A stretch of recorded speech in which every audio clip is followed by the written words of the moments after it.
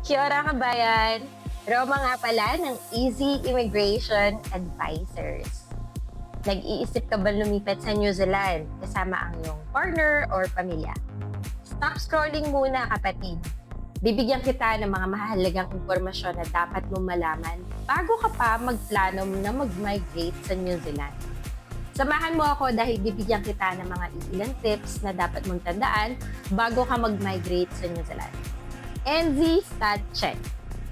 Kung isa ka sa mga daang-daang Pilipino na naghahangad na mabago ang kanilang buhay at umasenso kasama ang kanilang pamilya, alam mo ba na ang New Zealand ay isa sa paboritong destinasyon ng Pilipino na naghahanap ng mas maayos, mas kalidad na buhay. In fact, sa datos ng New Zealand Foreign Affairs and Trade or MPAT.gov, ang New Zealand daw ay isa sa top destination ng mga Filipino migrants at tourists. With its growing population of over 108,000 Filipinos as of March of 2023 at patuloy pa rin ito dumadami ngayong 2025. Lalong-lalo na sa pagdating sa mga interes ng mga Pinoy na magtrabaho, tumira sa New Zealand, particularly sa mga green list role sector like sa healthcare, IT and construction. Maraming visa option na pwede mong pagpilian tulad ng skilled migrant category para sa mga may profesyon.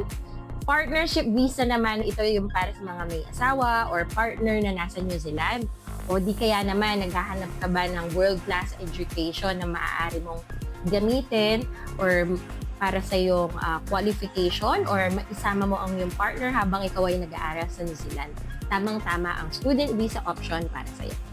Pwede kang mag-aaral doon kasama mo ang iyong partner at magkaroon ka ng oportunidad na magtrabaho habang nag-aaral. Mga dapat mong tandaan, mahigpit ang patakaran sa immigration. Kaya, mahalaga na kumpleto at tama ang lahat ng dokumento mo bago mo ito isumite. Maliit lang na pagkakamali tulad ng maling petsa, nawawalang pirma o kulang na requirements ay pwedeng maging dahilan ng yung delay at pagka-deny sa iyong application.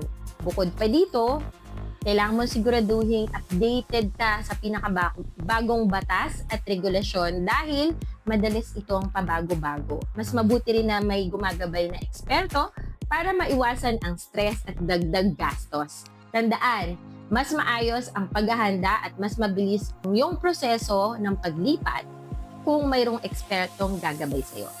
Kung nais mong gawin ng mas maayos, simple ang proseso ng iyong pag-migrate sa New Zealand.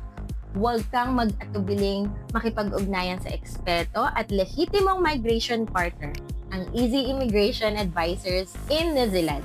Kami ang bahala sa iyong smooth at simpleng proseso ng iyong application para magkaroon ka ng stress-free na journey ng paglipat sa New Zealand kasama ang iyong pamilya. Contact us now at sasamahan ka namin para sa iyong successful migration journey.